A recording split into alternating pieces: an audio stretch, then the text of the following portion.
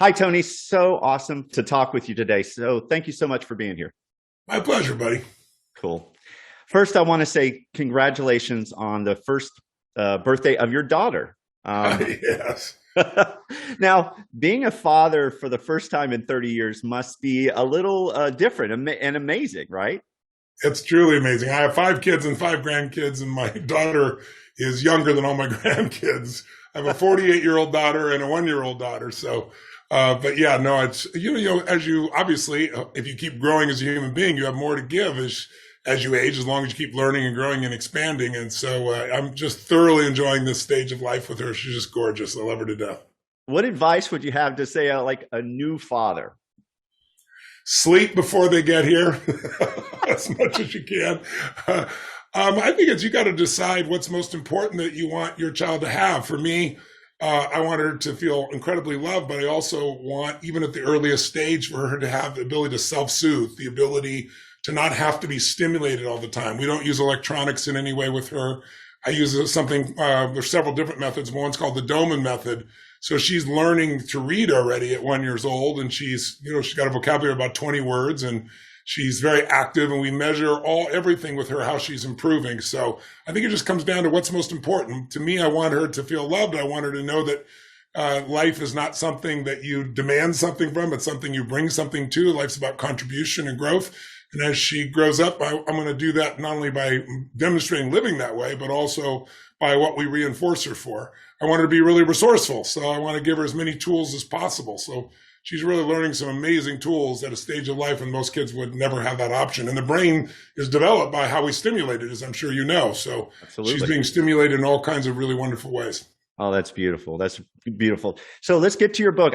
First, obviously, I want to congratulate you on the book, Thank Life you. Force. What an Thank you. amazing guide to becoming, staying healthy and strong. Now, the title Life Force, what would you say, what is our life force? What does that mean? It's energy, right? As long as you got energy, you're alive. The more energy you have, more life force you have, the greater the quality of your life. It's hard to be passionate when you're exhausted. It's hard to get yourself to make the changes that we all need to make, or to face the challenges we all have to face at times, and Right. let you have a high level of energy. So my whole life, I've been focused on how do you maximize, how do you optimize, right? How do you biohack, if you will. But this book was really triggered for me because I had a life-altering incident that was, they told me it was going to end my career. I was, chasing down a young man who was a professional snowboarder, and I'm not a professional snowboarder.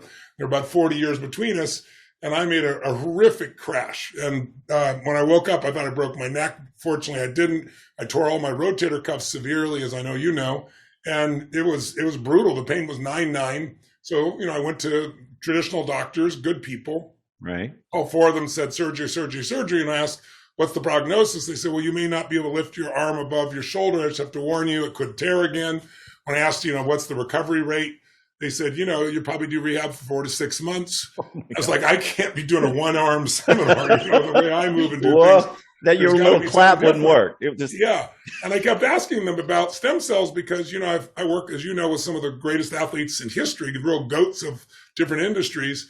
And so some of them, like Cristiano Ronaldo, the greatest soccer player of all time, he was supposed to be out for 3 months. He did stem cells and he was up and running after 3 weeks.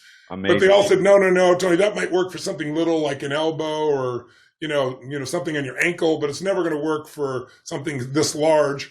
And then the 4th doctor was the worst of all. He was a good man, I'm sure. I walked in and it turned out he'd been a fan of my work. He said, oh my God, you're the Tony Robbins. He goes on and on. You made me all this money. You saved my marriage. And after that, he goes, well, thanks for hearing me. But he goes, now I got to be your doctor. And he literally changed everything. He pulls out my x-rays and he says, life as you know it is over. Literally what he said to me. And I looked at him, I said, well, you clearly didn't go to my communications seminar, right? Yeah, I started to laugh. bad bedside manner. And he said, this is not funny. You need to take this serious. He goes, you Yes. don't just have the problem with your shoulder. You have severe spinal stenosis. I've been in pain for more than 14 years. And so I just, it was a punch in the gut that was so intense. No running, no jumping, no doing 90% of what I do in my life. Right. And so I wasn't willing to accept that. So I decided to go much more aggressive in learning about stem cells. I reached out to Dr. Peter Diamandis, who's one of my partners in business, and he's a rocket scientist and MD from Harvard. And I said, who's the best in the world? I want to talk to the best in the world. And he knows, he's connected everybody in that area. And he said, well, Dr. Bob Harari. And I met Bob before. And he's a neurosurgeon, a genius. He said, no, but he's also one of the fathers of stem cells. He was the guy that decades ago, almost 40 years ago, took old rats and put young rats' blood in them, and they completely changed. Their hair got black, their muscles got strong, and vice versa. Took the old blood, as I'm sure most people have heard, and put it in the young rats, and they got older. And that led to really understanding stem cells, not just the idea that you're going to do an IV from a young person, right? So, but he said to me, he educated me, and he said, look, Tony, the stem cells you're going to get here in the U.S., he explained why they're not going to be as powerful. He said, you need allogenic, not autologous being your own cells, because after 40, they drop off a cliff. Yeah. So he said, you really need 4-day-old cells. You need cells, the stem cells that have the force of life, as he described them. Right. And it tapped into me. And he said, you need to have them that are, and I said, I don't want to do fetal tissue. He goes, no, nobody does that. He said, it's, he was the person responsible that most parents today are asked when your baby's born, should we keep, the cord as an example. Yeah. In the placenta, and he's the one that created that service and started that. So he said, Tony, I know where you get that. It's outside the country. Go there. I went for 3 days. I just had an IV each day for 20 minutes and a couple shots. First day I was exhausted. The second day I had a cytokine response, shaking, freezing, but I knew what it was. I wasn't scared. It lasted maybe 25 minutes. Right. But I woke up the next morning for the first time with no pain in my shoulder. The MRI shows the transformation, but also no pain in my spine for the first time in 14 years. Amazing. So I became an evangelist. I was like, stem cells, how we met. It was like looking at everybody who had access. And then, I began to realize it's not just stem cells. Yeah. But there's a revolution happening right now in regenerative medicine. And then I got a phone call from the Pope's office, and the Pope invited me to come. Believe it or not, the Pope holds every 2 years the largest stem cell conference, regenerative conference in the world. Right. Since it's not fetal tissue, he sees this as a gift from God. And I met people who were sent home to die with various forms of cancer, and there were no other treatments for them, and they're completely healthy now. And 4 or 5 years later, right. I met an 11-year-old boy that was supposed to die at 5. He got his sister's stem cells, and he's alive today. I met some of the greatest golfer of all time, Jack Nicklaus, and he told me he couldn't stand for more than 10 minutes. The pain was so severe. Amazing. And they were going to give him spinal fusion, which does not work about half the time. And I mean, when it does, it limits you so massively. Fortunately, somebody convinced him to go stem cells. He's 82 now, playing golf and playing tennis. So I just decided this is it. So when I wrote years ago at Money Master the Game, I was angry about what happened to people financially. I knew it was a small number of people that messed that up. And I thought, what if I interviewed 50 of the smartest financial people on earth, the Ray Dalios, the Warren Buffetts, the Carl Icahns, right, Paul Tudor Jones, right, and figured out what they do. And then I'm good at taking things complex and simplifying them so you can act on them. Because I found that complexity is the enemy of execution. You make something so complex, nobody does anything. So I did that, wrote those #1 bestsellers, wrote a second one, and then I thought, I'm going to do that here, but I'm going to interview 150 of the best Nobel laureates, scientists, regenerative medicine doctors on earth that billionaires know about, but the average person doesn't, and see if I can't bring that to the masses. And so I thought I'd write a 200 or 300 page book. It turned out to what, 600? 674 pages, but it has everything. It covers every disease you can imagine. It gives you all the greatest breakthroughs. And there's science today that is beyond anything people can imagine. Most people know, they've heard about CRISPR or gene editing, where we're curing diseases the first time. Never happened before. Right. There's a young man that I got a chance to write about in the book we met, who's was on, America's Got Talent, and he's blind and now he can see. And I mean, this is through, this gene therapy. There's a company that right now is in its stage 3 trials that is doing a single injection that causes your body to regrow all your tendons. So if you have osteoarthritis, if they're approved, if they hope to be approved in the fall or the spring of next year, it appears good so far. They've gone through safety, they've gone through efficacy, and other efficacy at scale. But it literally regrows all your tendons, and it's based on your original DNA mapping. So it's like 16-year-old tendons, and it wipes out the osteoarthritis. Using the Wnt pathway, is that right? Yeah, that's the Wnt pathway.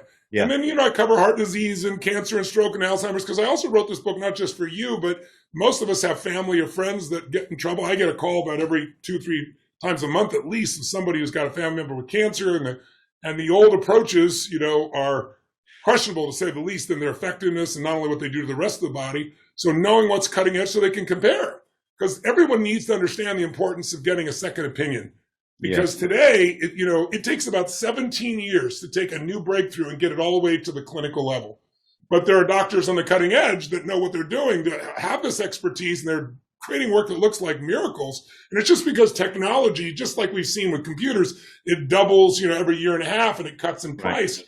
Well, that's what's happening with our bodies. We're all DNA. So, the Mayo Clinic did a study, 287 patients in 2017, followed up, and they found that the second opinion was not the same as the first 88% of the time. Scary. 88% of the time. So the Mayo Clinic says even with their doctors are working so hard that I have so much love and respect for them, and I highlight some of the best in the world in this book. But people have to understand they're still human. They're like the guy running, walking along the river, and they hear somebody, is drowning, and they jump in to go save them, give them mouth to mouth, save their life. They don't give a damn about themselves. A lot of times they give up their own health to help their patients. But as soon as they save that person, they hear 2 more screams. Save one, save the other, then 4 more screams. They never have time to go upstream and see who's throwing them in. And so the doctors that I worked with here, that are 150 are in this book, are people that almost all of them, their stories are so inspiring because they lost a wife or a husband or a child or a key patient, and it drove them to go beyond the standard of care, to find answers. And some of them, it took them 20, 25 years. And just now today, it's coming through. So, Dr. Carl June, for example, who came up with CAR T cells. I mean, if you read his story, you're so inspired by what this man did. But you see, it's from losing people that he cared about most. And I mean, he develops this, new form of therapy that wipes out a tumor for the first patient. It's 7 pounds of tumor eliminated from his body in about 10 days. Amazing. I mean, and I don't know if you saw it in Nature, they just did an article, and people in cancer never use the word cure. Right. But these people now, a decade later, these CAR T cells are destroying any form of cancer cells in their body, and they're still healthy. And they're actually starting to use the word cure in some cases. So it's pretty exciting what's available to us today if you're aware of it. But ignorance is not bliss. Ignorance is pain. You really got to discover it. So I wrote this book so that you can find those answers for yourself or for people you care about. It's wonderful. And, it's interesting being in the field myself. A lot of the people that I talk to, say, well, stem cells are not proven. And, they're saying that it's not a proven therapy and you shouldn't be using it. It's not FDA approved or something to that effect. How do you talk to people when they say it's not a proven therapy? What is it you tell them? Well, they're not educated. It's been approved by the FDA for over 80 diseases of blood and the immune system, so that's completely false. Right. And then there are INDs being done, investigative pieces that are being done throughout the United States and around the world on other diseases for off-label applications, which happen. Yeah. And then there are countries that are more advanced than us, quite frankly, than in the United States. Where FDA they're trying to do a good job. They're trying to balance, safety with everything else, but it's a large bureaucracy. And we've seen, that it certainly has leaned towards things that you can make more money on. These, things that you can do a one-time solution on that are very inexpensive because the price of this has started to come down massively as the technology's gotten more efficient. I think it's just not true. Is the bottom line. Yeah. But I heard the same thing from all the doctors. And to be fair, it's been the Wild West. The FDA has just started crunch down. There are people out there doing stupid things. And of course, you'll hear those stories. And I write about them in the book. I tell people, here's the good, the bad, the ugly. Here's what you got to avoid because this is, you're going to get scammed or you can actually be hurt. Yes. Here's what's real. And then people can do their own homework and compare.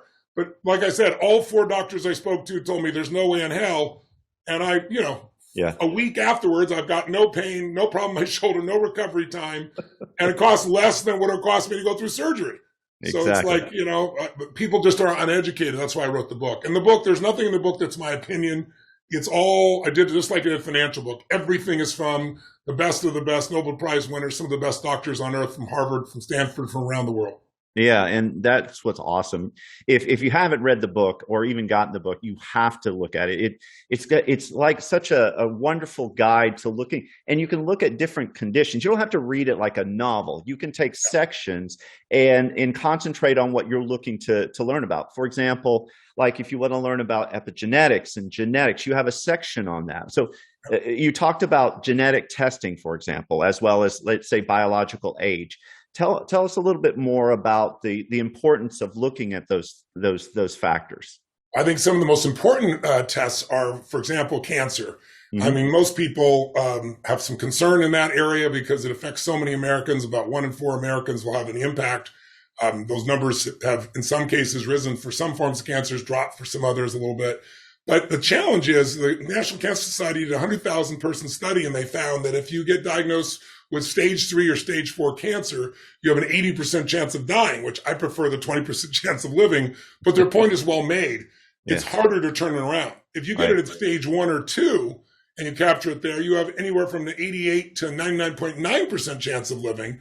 And so obviously we want to do that. So most of the cancers that get us, we have tests if people do them for mammograms for women, for example, or, colon tests and things of that nature, different stages of life.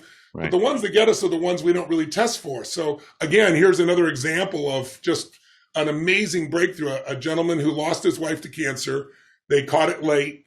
It was brutal going through radiation and chemotherapy. Or she wasted away. He went through the whole experience. And he was brilliant. It was wealthy. He was from Google. And so he brought all these experts and decided a way to serve his wife was to make sure other people didn't go through this. And he created a test that's only come out in the last 6 months. It's called GRAIL. And GRAIL's a simple blood test, and it tests for 50 different cancers and can discover them even before you have symptoms. So, for example, at Fountain Life, we have centers around the United States that people go to for scanning or for, we work with all the Pittsburgh Steelers football team. We do both, things for maximization of performance and for turning around the body. And so the scans that are there, and we had this gentleman come in, his wife pushed him to come. He's like, I've already had my physical. I did my urinalysis. I did this. And so we said, well, let's do the GRAIL test for you, for example. We did it, and sure enough, he had bladder cancer. But it was stage 1, and it was a 25-minute outpatient procedure, and he's totally fine. Right. So I used to think, I don't want to know that stuff. That's just getting into the weeds, and, who knows where it's going to take you. But the technology today is getting better. I'll tell you another one. There's a thing called a CCTA test. I got a phone call from one of my partners at Fountain Life, the doctor who's just a genius there.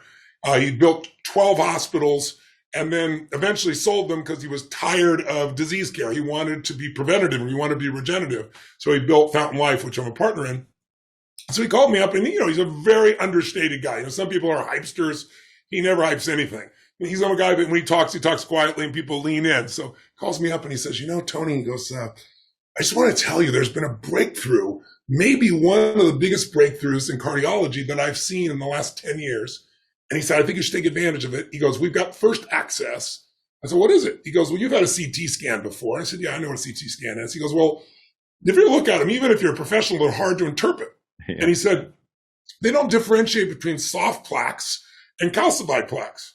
And so you can get a high score where no one will insure you and challenges like that, but you might actually not have a real problem because what happens is if it calcifies, it actually heals in that area. You're fine. It's those soft plaques that can break off and give you a heart attack or, they call it the widowmaker, as you know, or give you a stroke.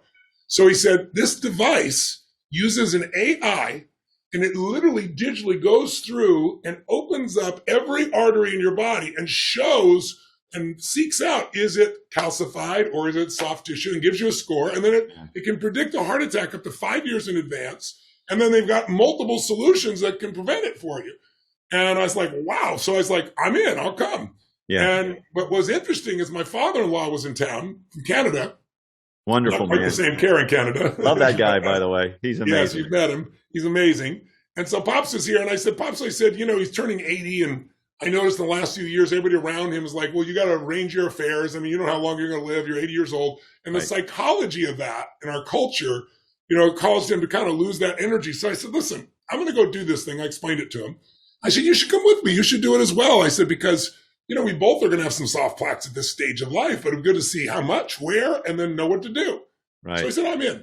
So we flew down to Fountain Life in here in Florida and took him in. And first thing that happened is he is perfectly fine. He has no soft plaques in his body. I mean, he's like a 25-year-old. And so all of a sudden, his entire head changed. And then while he was there, we have this process that if you've had, an injury to your body, we do this for a lot of athletes, we can scan your body with ultrasound, find where the challenge is, and open up the connected tissues with some simple fluid. I had it done to my ankle where for about 12 years, you couldn't touch my ankle. It felt like somebody was, electrifying because the nerve was trapped there. Takes about 15 minutes. Anyway, I said, Pops, what else makes you feel old? He goes, well, my gait, my hip hurts. And so I went in and I worked on it for 20, 30 minutes. Now he's walking smooth as silk. Yeah. He knows his heart's great. We get on the plane. This is the best part of the experience for me. Sits down and looks across at me. And just after we take off, he goes, Tony, he goes, when people talk about living 120 and stuff, I don't know about that. But I could live another 20 years. My heart is perfect. I'm walking perfect. You've only known my daughter for 22 years. That's like another lifetime. And it's completely shifted him. So doing those tests is important. Another test you got to do is metals, because I've had real problems with this. Most people don't do a metals test and they think they're just getting old. Their brain gets foggy or get tired or exhausted. And usually it's metals. About 1 out of every 3 people I've sent, that I personally have sent to get a metals test since I went through it, I found that they have cadmium or they have lead or they have mercury. In my case, I had so much mercury in my body. I was a vegan for 12 years. Then I ate fish for about 11 years. And I just had salad and fish. I was eating for just fuel. I wasn't eating for deliciousness, because the demands I make on my body for what I do for a living. But I didn't know swordfish and tuna were my favorite, and they're 75-year-old fish. They eat the smaller fish. They absorb all their mercury. So they measure mercury on a 0 to 5 scale, and I got measured. I was starting to lose memories. I thought, that's impossible. I couldn't have Alzheimer's at this stage of my life, and I'm too young. Right. But I was also exhausted. Well, it interrupts your ATP for your energy. It interrupts the way that your brain forms memories. I was 123 on a 0 to 5 scale. It's the highest they measure in the state of New York. When I came home, the health department came here and interviewed all my staff because they thought maybe my wife was trying to kill me because the amount of mercury was so high. Of course, she was not. And they can find where it comes from. It was the fish. Yeah. So I thought I was doing something great for my body, and normally it would be, but we polluted our water so much that it's there. So I had to detox it. So you've got to, it's better to catch it when it's small, and it's super inexpensive test, and you can know where you are. And the last test I tell everybody should look at as a minimum is hormones. Yes. Because as most people are familiar with, hormone replacement therapy, especially women. Yeah. But that's not the same as hormone optimization. And replacement therapy is for, if a woman is going in her 50s and she's going through menopause, and by the way, there's lots of false information about that makes women afraid. I hired 2 of the best doctors in the world, females, and I had them write that chapter. It's not my point of view, any of it. I had them write it directly also as women to women. But for men too, what happens is they wait till there's a problem. So we had a guy that came to Fountain Life and about 30 pounds overweight, 35 pounds overweight, I think about 30. And, no drive, no anything. And he's just like a malaise and thinking, does he have Epstein-Barr or something? And we said, well, let's look at your hormones. He goes, I've had my hormones looked at. Doc says they're fine. And his testosterone was 150. And anybody knows anything about at least 400, at least 400. Yeah, I mean, most men don't feel alive between 400 and 700 at least. Some people more. It depends on the person biologically, but they won't tell you to replace it till you're around 100, 125. Then it's dire. He was on the verge of dire. So we made small amount of adjustments in it. He lost 30 pounds over 90 days easily. He's got the energy back, the drive back. Right. So whether you're a man or woman, thinking about hormones, once you get past the age of 38, 40, 42, and that range and more, you don't want to wait till there's a problem, because technology now is available and it's proven. So those are 4 kinds of tests that I would say. And then you mentioned aging. There's true age, as a series of tests now that can show you, chronologically I'm 62, but biologically I'm 50, or I should say, biologically I'm 51 now, which is kind of cool. And, which is more important too. Yeah, because, that's what's going to determine how long you last. And the body all the parts of the body don't age at the same tempo. Right. So there's a whole race in science right now to measure, and there's lots of different tests that are out there. But as you know, David Sinclair is a good friend of mine and partner in business, and he's from Harvard. He's one of the most geniuses in longevity in the world. Yeah. And, his 88-year-old father, who 10 years ago couldn't walk and was having cognitive problems, now he outlifts David in the gym. He walks, I think, 2 miles a day. His cognitive is incredibly strong. David is 53 and he's 33 biologically. So I want to do another 10 years off mine too. Yes. So, but I've only been doing what he taught for the last 9 months, and we put it all in the book and show people what it is. Yeah. It's amazing stuff. And so let's talk about an area that you talked about in your book. You called it the 3rd pillar of health, sleep. Yes. Sleep. Yes. So tell us I'm the most unlikely sleep candidate you're ever going to have, because my entire life, my thing is I'll sleep when I die. My wife loves sleep, 8 hours, 8.5. Mine was like, 4, 5, and 4 is not good, I know, but 5, 5.5, and, it'd be enough for me. But, I met Dr. Walker, who's one of the top sleep experts in the world. I write about him in the book. And, he's the sleep doctor to Google and things like that. He's a neurobiologist. And he's just a genius. And anyway, he says to me, Tony, I'm going to convince you that even though you're able to function with less sleep, your whole life would be richer, better with more sleep. I said, you're going to have a hard time on that. And he said, well, let me show you a study. He said, we did a study for 1.7 billion people. And I said, that's bullshit. You couldn't organize a study of 1.7 billion people. He said, you're right, Tony. We didn't have to. There are 70 countries that have daylight savings time. So all we had to do is go for the stats. Yes. I said, what stats? He said, this is wild. We just sprung forward recently. So we lost an hour. In every country in the world, when we spring forward, just lose 1 hour of sleep for the next 3 days, on average, heart attacks go up 25%. 24.8, I think is the exact number.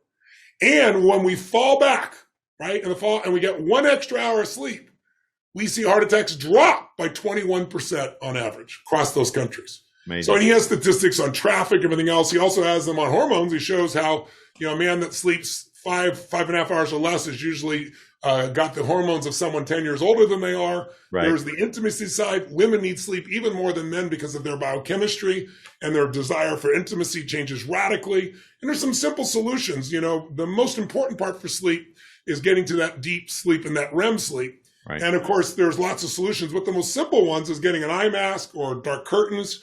It's not looking at your devices or doing it through, pink colored glasses versus blue. Yeah. It's the temperature on 67 or 65 degrees cold. And it's trying to have a consistent pattern, because the body looks for that circadian pattern. And if you're people like me, I was working on the sleep chapter at 6:25 in the morning, and I had a meeting at 9:30, and I hadn't slept all night. I said, something's wrong with this picture. So, I wear a Whoop now, and I measure like crazy what I do, and I get more sleep. I'm still not 8 hours, but I measure it, and I know what it is, and I'm able to see how much I strain, the demands I make versus how much I'm able to recover. And that's the balance in your life that we all need to look for. Right. And also routines. I mean, you create routines in the morning, you create routines in the evening. Yes. You've talked about your morning routines where you do the ice, but what are the most effective routines you found that really start off a day in a great way? Well, the first one I do is a radical change in my entire biochemistry physiology, which is jumping in, somewhere between 53 and 56 degree water. If I'm in my home in Sun Valley, Idaho, I walk through the snow and I go in the water there, and it's usually around 41. Oh so there's never a day I look forward to it, but you feel so good when you get out. And I do it for two reasons. It pushes the blood flow and the lymph through your whole body in a few seconds so intensely.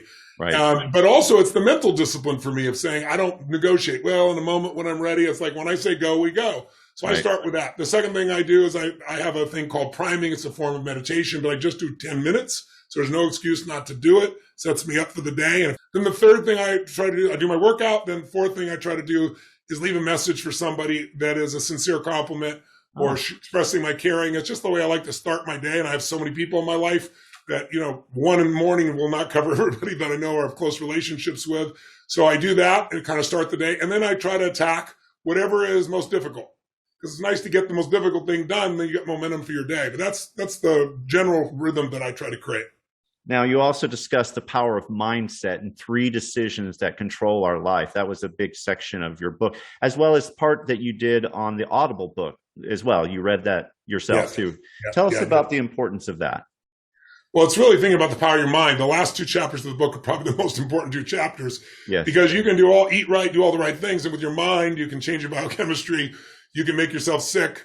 It's crazy what we can do with our heads. Most people are familiar with placebos, but they don't realize we only really discovered placebos in World War II. It was discovered because they ran out of morphine treating guys, this one doctor from Harvard, and a nurse actually was really responsible. She handed him a saline solution. These kids needed the morphine or they're going to die. They're going to go into shock. It's not just the pain, it's going into shock as well and dying. And she didn't know what to do, so she just said, we found some more. And she gave it to him, thinking maybe it would soothe these men for a few moments. He didn't know that it wasn't morphine, which is the secret. So he turned to the people and said, you're going to be out of pain in just a couple minutes. It's going to be fine. He didn't find out until afterwards. None of them went into shock. 90% of them got out of pain. And afterwards, he found out that she had given him saline.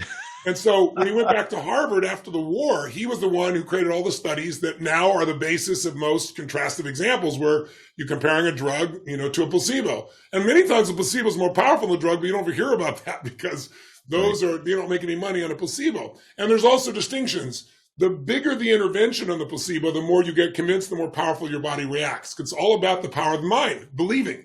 And so if I give you a small pill versus a large pill, they see a bigger result. If I give you an injection, much bigger result than a pill. If they do a sham surgery, which they do consciously, in the Veterans Administration did a study where they took 1/3 of the people getting knee surgery and they just cut them open while they're in anesthesia and sewed them back up and did nothing. And 2 years later, that group outperformed the other in being out of pain, being the most strength, most flexibility, so they no longer fund it.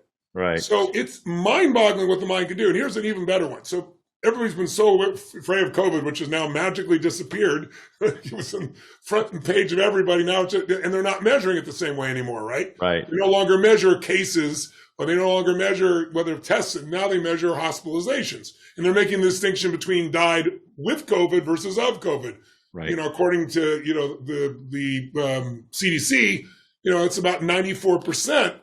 A year and a half ago, they haven't updated them numbers that were with COVID, meaning you had 3 or 4 other comorbidities, including cancer, heart disease, et cetera, right? So they're now making that difference kind of disappearing, but people still have a fear for it. And there's still people wearing masks and so forth.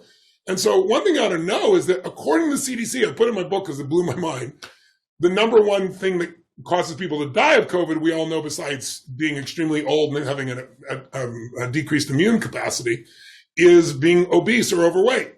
Right? 80%, 79.8% of the people that died of COVID are obese or majorly overweight, which affects your immune system.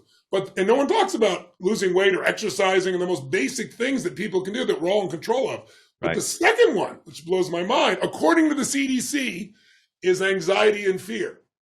Anxiety and fear revs us up, causes us to change the breathing pattern, the flow of the immune system, the effect of our lymph system, the blood flow, our heart rate, everything. And so they say that's the number 2 factor of dying of COVID, and yet most people's way of describing COVID is scare the hell out of everybody, right?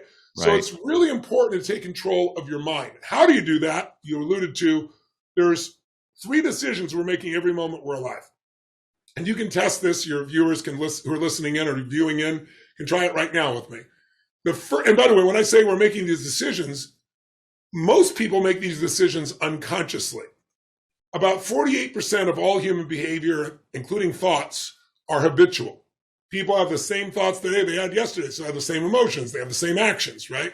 And the great thing about making something a habit is it frees you up. To drive a stick-shift car, when I was first learning, oh my God, I go to this and this and this and watch the back too? Oh my God, I can't do it. But after a while, all those things become one thing called driving the car, and your brain is available for other things, right, while you're driving. Hopefully not texting, right? So what happens is when these decisions I'm about to share with you are made automatically, you get stuck in the same way of living. But if you wake up to them and choose them consciously, you can change your life. So what are the 3? The first decision everybody's brain makes every moment it's happening right now is what to focus on. They could be focusing on your biohacker university sign in the back with human enhancement training. They could be looking at your glasses. They could be looking at my book on the bookshelf. They could be listening to what I'm saying. They could be thinking about what this means to their life, or saying, I got to get one of those tests, or I really want to, get something that's going to increase my energy, or whatever. There's a million things to think about: the past, the present, the future. But what you focus on is what you experience. You don't experience life. You experience the part of life you focus on. The brain can't handle it all consciously, so it deletes most of the things. Like if you're really angry, you're deleting all the reasons you can be happy. If you're really happy, you have to delete all the things you'd be upset about, right? And the brain generalizes, distorts so that we can handle it. And so what happens is, if you don't consciously focus, well, if you focus on the worst case scenario, of course you're going to feel terrible, and it's going to feel real to you. I don't know if you've ever had the experience where someone told you something, maybe as a kid or as a young adult, and so-and-so said this or did this or talked behind your back. And you're like, no, they didn't. They're my friend, right? And then 2 people say, no, they talked behind your back. And you get all upset and mad because you imagine it, right? You focus on it. And then you go confront the person and you find it's all BS. It was total misinterpretation. You feel like an idiot, right? But when you're focused on it, it was real. So focus equals feelings. Focus equals reality to the individual, even though it's not reality in actuality. So we have to learn to take control of our focus. Yes. Once you focus on something, the second decision that controls your life is your brain instantly has to decide what it means. Because it's trying to see, is this a threat? Is this something good or bad? And so those meanings are also often made up habitually based on old past experiences. You might have some wiring because you got upset, someone got upset with you, and so you don't go there, or someone hurt you, and so you don't want to be around something that looks like that, sounds like that, acts like that, right? So meaning is everything. Is this person dissing me? Is this person coaching me? Is this person loving me? If you think they're dissing you, you're going to feel very differently and act different than if you think they're loving you or coaching you. Is this the end or the beginning? If you think it's the end of a relationship, you're going to behave radically different than you think it's the beginning of a relationship, right? Right. So the meaning creates the emotion of our life, and that is the quality of your life. The quality of life is not what you have, it's how you feel. If you got $1 billion and every day your emotional center is pissed off and frustrated, and the quality of your life is pissed off and frustrated. If you have 3 beautiful children, a great husband or wife or boyfriend or girlfriend, and they all love you, but your primary emotions you've developed the habit of based on focus and meaning is worry, then your life is worry. So we have to learn to take control of what we focus on and the meanings we give, and it's not that hard. And then as soon as we give it a meaning, it produces feelings, and that affects the third decision. What am I going to do? If you think this person is disrespecting you, you're going to behave very differently, right, than if you think they're loving on you. Yeah. And so those 3 patterns control everything. So I'll give an example for your viewers real fast. Yes. They can test this, and I'll ask you for their benefit. And you know this because you've been around me. You probably heard me share this before. But what do you think most people focus on most? We all focus on both. What they have or what's missing? What do you think What most they don't people have, focus? what's missing in their life. And during COVID, even more so, which is why you see such massive drug overdose, suicides, and so forth, right? So it's easy to find what's missing. That's what most people do. And by the way, overachievers tend to focus on what's missing. That's why you see them go from achievement to achievement, but never be fulfilled. Right. How can you ever stay happy if you're always focusing on what's missing? You're always going to find it. Seek and ye shall find. What's wrong is always available. So is what's right. So the habit of what you focus on massively affects it. Here's another pattern. Do you think more people focus on what they can control or what they can't control? What they can't control. That's right. Now, in my seminars, most people focus on what they can control. That's why they go. I'm learning to take control of my body or my business or my finances or my relationship. That's why they come. So they're different. But most of them still focus more on what's missing, because that's the achiever's curse unless you retrain yourself, right? So if you're focused on what's missing all the time and you focus on what you can't control, oh man, that's a rough life. And then the third one would be, do you tend to focus most people on the past, the present, or the future? What do you think? Past. People that are really upset tend to focus on the past because you can't control it, it's already over. Right. People that are most happy focus a bit on the present. People who are successful tend to focus on the present with a focus on the future so they can anticipate it. Right. So watch this. Imagine you got somebody who's constantly focusing on what's missing, constantly focusing on what they can't control, and there's plenty we can't control, especially during the COVID time here, and focused on the past compared to how it used to be and what's missing in their life. Right. What are they going to feel? Depressed. The viewers know what they're going to feel. Angry, frustrated, resentful, depressed. Yep. So, it's not rocket science. When I ask people when I'm doing a stadium full of people, and now I'm doing those more digitally, I had 800,000 people at my seminar for 6 days the other day. Mine blows my mind. Yeah. I used to do stadiums of 15,000. But in a stadium of 15,000 people, I'd ask them, how many of you know someone who takes antidepressants and they're still depressed? And 85% of the room all over the world when I ask that question. I usually go to 16 countries in a year. Yes. All over the earth, they all raise their hand. Well, that's because all these antidepressants do is numb you. And on the side of the package, it says can create suicidal thoughts. Numbing someone will not create a solution. The source of the problem, not the cause, below the cause, the source is the pattern of constantly focusing on what's missing, focusing on what you can't control, right, and or focusing on the past, present, future. There are other patterns, but anyone listening can say, oh my God, so you could change that. You can train yourself to focus on what you do have with a gratitude practice as an example. If you do that over and over again, you start to wire yourself. Because most people are wired where they've got a highway to pain and frustration and stress and overwhelm, and they got a dirt road to happiness. Well, you can rewire yourself. That's what I do for a living, put you in experiences that rewire you so that your brain starts going straight for those things that you're grateful for. And the other thing when you're grateful is it eliminates the two emotions that screw you up, fear and anger. You can't be grateful and angry simultaneously. It's the antidote. You can't be fearful and grateful simultaneously. Right. So having a practice like that, which is part of what I do in the morning with priming, and there are many ways to do it, of course, that's a useful thing. Similarly, if you're focused on what you can't control, you can start making a list of things you can. The delusion and illusion we have is we're in control. You can't even control your own bowels if they want to do something else. Let's be honest. If you go to Mexico or you go someplace and you have something that's unique to your biochemistry, you can't even control that. So don't bullshit yourself. You're in control. What you have is influence. And that's the most important thing. That's what makes somebody a leader. You can influence thoughts, feelings, emotions, actions of yourself and over the people with integrity. So I think people need to understand that your whole life can change with a couple of simple pattern changes. Most people think there's something wrong with them. There's nothing wrong with you. You just have a pattern that isn't working. I bet you have some patterns that work really well. Right. Let's get rid of the ones that don't work and replace them. The ones that do, let's enhance them. That's the essence of what I do for a living. Wonderful. I love that. Thank you for that description.